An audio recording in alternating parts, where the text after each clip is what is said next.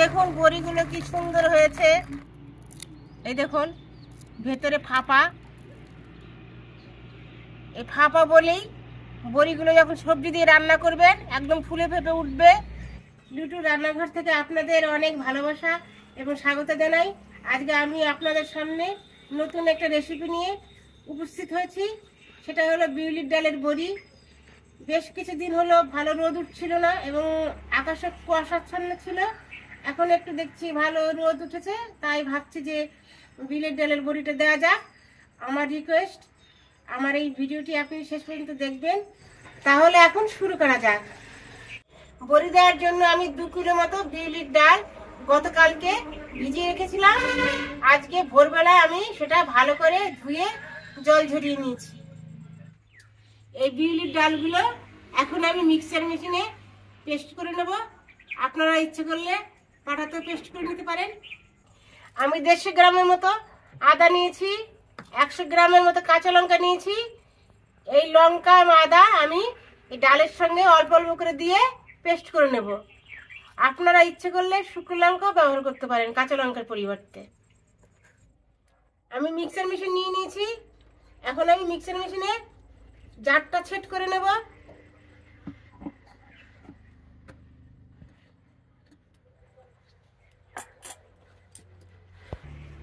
এবার আমি এর ভিতরে ডাল দিয়ে দেব।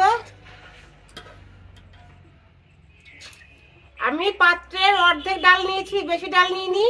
বেশি ডাল নিলে পেস্টটা ভালো হবে না। আমি এর মধ্যে কয়েকটা আদা কুচি দিয়ে দেবো, কয়েকটা লঙ্কা কুচি দিয়ে দেবো, কিছুটা আন্দাজ মতো জল দিয়ে দেবো। বেশি জল দেবো না, বেশি জল দিলে পেস্ট পাতলা হয়ে গেলে ডালের বড়ি দেওয়া কিন্তু ভালো হবে না, সেটা মাথায় রাখতে হবে। এবার এই মেশিন জারটা মুখটা আটকে দেবো। এবার আমি সুইচটা অন করে দেবো। গোটা গোটা ডাল পাশ দিয়ে লেগে থাকে, আর একটু জল লাগছে।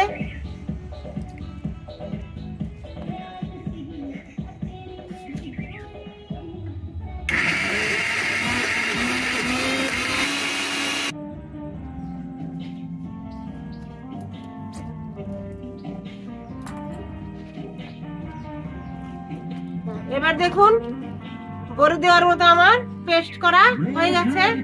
এটা আমি এখন তুলে নেব।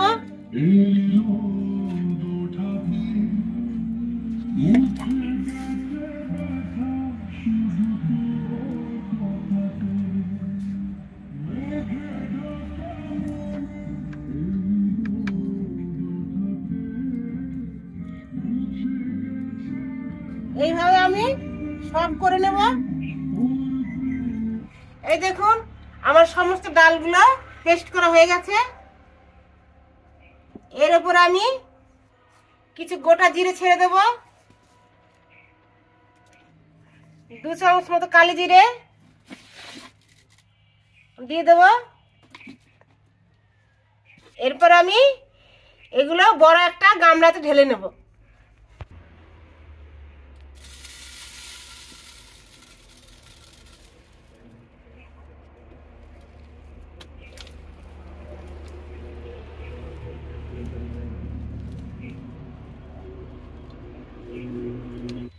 এবার আমি এই পেস্ট করা ডাল ভালো করে ফেটিয়ে নেব। ভালো করে ফেটিয়ে নিতে হবে। ফেটাতে ফেটাতে ডালটা আস্তে আস্তে হালকা হয়ে আসবে। যত ফেটাবেন তত বড়ি ভালো হবে। ডালটা ভালো করে ফেটিয়ে নিতে হবে, কম করে 10 থেকে 15 মিনিট। আমি অনেকক্ষণ ধরে ডালটা ফেটিয়ে নিয়েছি। আমার ফেটানোটা সত্যি করেই সাকসেসফুল হয়েছে কিনা দেখবো। তার জন্য আমি একটা কাপে জল নিয়ে নিয়েছি। জলের মধ্যে আমি এই পেস্টটা দিয়ে দেবো। যদি পেস্টটা জলে ভেসে ওঠে তাহলে ভাববো যে আমার ফেটানোটা সঠিক হয়েছে।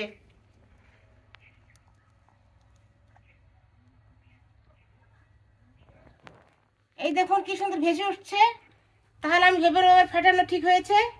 এখন আমি বড়িটা দিয়ে দিতে পারি। আমার এখানে বড়ি দেওয়ার জায়গা নেই, তাই আমাকে বড়ি দিতে ছাদে যেতে হবে। তাহলে ছাদে দেওয়া যাক। ফেটানোর পরে আমি সামান্য নুন দিয়ে দেব। এবার আমি মিশিয়ে নেব নুনটা।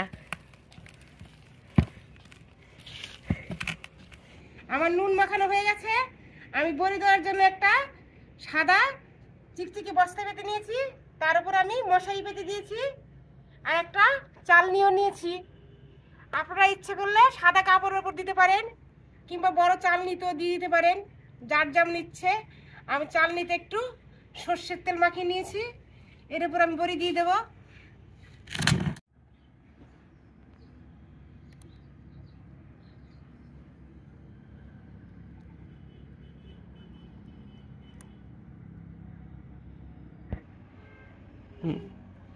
এরকম পেস্ট প্রথমে হাতে মুঠোর মধ্যে নিয়ে নেবেন, তারপরে এরকম বৃদ্ধাঙ্গুলটা ধরবেন এবং এর ফাঁক দিয়ে ঠিক এরকম করে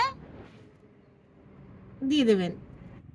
আমার চালনিতে দেওয়া হয়ে গেছে, এবার আমি মশারিতে বড়িগুলো দিয়ে দেবো। আজকে খুব ভালো রোদ উঠেছে, বড়ির পক্ষে খুবই ভালো, তাড়াতাড়ি বড়িটা শুকিয়ে যাবে। আর বড়ি দিতে আমার আজকে খুব ভালোই লাগছে, কি সুন্দর ঝিলমিলি রোদ উঠেছে। অনেক দিন থেকে এরকম রোদ উঠছে না, দুদিন থেকে উঠছে।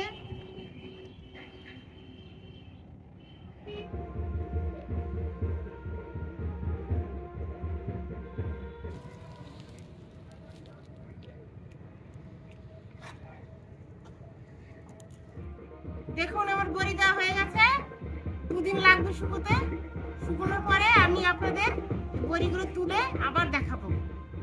বড়ি দেওয়ার দুদিন বাদে ফিরে এলাম, আমার বড়িগুলো শুকিয়ে গেছে এবং বড়িগুলো রাখার জন্য আমি একটা কুলো নিয়েছি। এখন বড়িগুলো তুলে আমি কুলোতে রাখবো।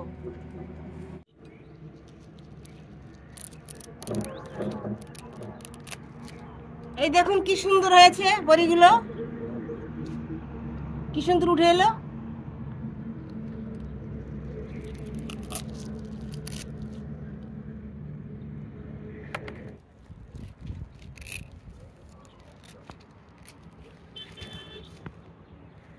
এইভাবে আমি সব বড়িগুলো তুলে নেব।